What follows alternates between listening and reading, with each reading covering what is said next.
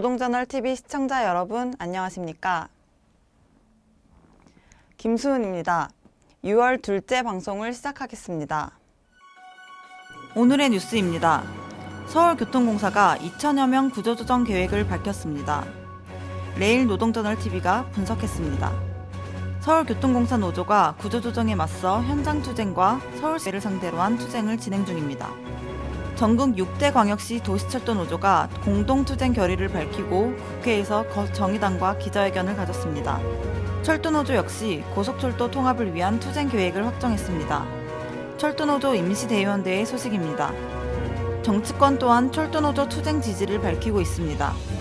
부산지하철 노조가 교섭에서 난항을 겪고 있습니다. 간부 결의대회 소식을 전합니다. 다음 소식입니다. 철도노조가 지난 18일 임시대의원 대회를 열고 철도통합 수서행 KTX 운행 투쟁에 나서기로 했습니다.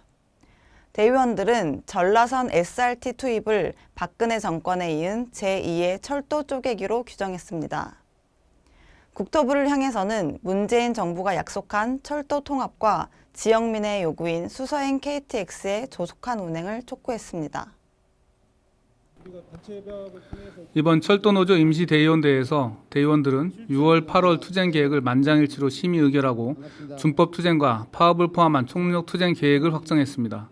이날 결정에 따라 철도노조는 역사 선전전과 열차 선점을 비치 릴레이 기자회견, 전 조합원 국토부 장관에게 공개 질의서 발송, 철도 있기 대행진 참여, 지부별 철도 통합 챌린지 등 사업을 진행할 예정입니다. 파업 등 구체적인 총력 투쟁 일정은 확대 쟁의대책위원회에서 결정할 것이라고 합니다.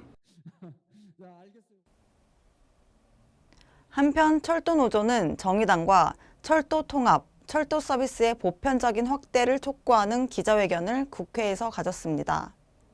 정의당은 철도는 우리 국토를 잇는 중요한 수단으로 반드시 공공성을 보장해야 한다며 대통령의 공약사항인 철도 통합과 지역 주민을 위해 전라선, 경전선에 수서행 KTX를 즉각 운행하라고 요구했습니다. 철도 민영화에 헛된 꿈을 버리지 못하고 문재인 정부 임기 말에 다시 한번 고속철도의 경쟁체제를 강화하려고 하고 있습니다. 수서행 KTX는 전라도, 경상도 시민들의 요구를 모두 해결할 수 있습니다.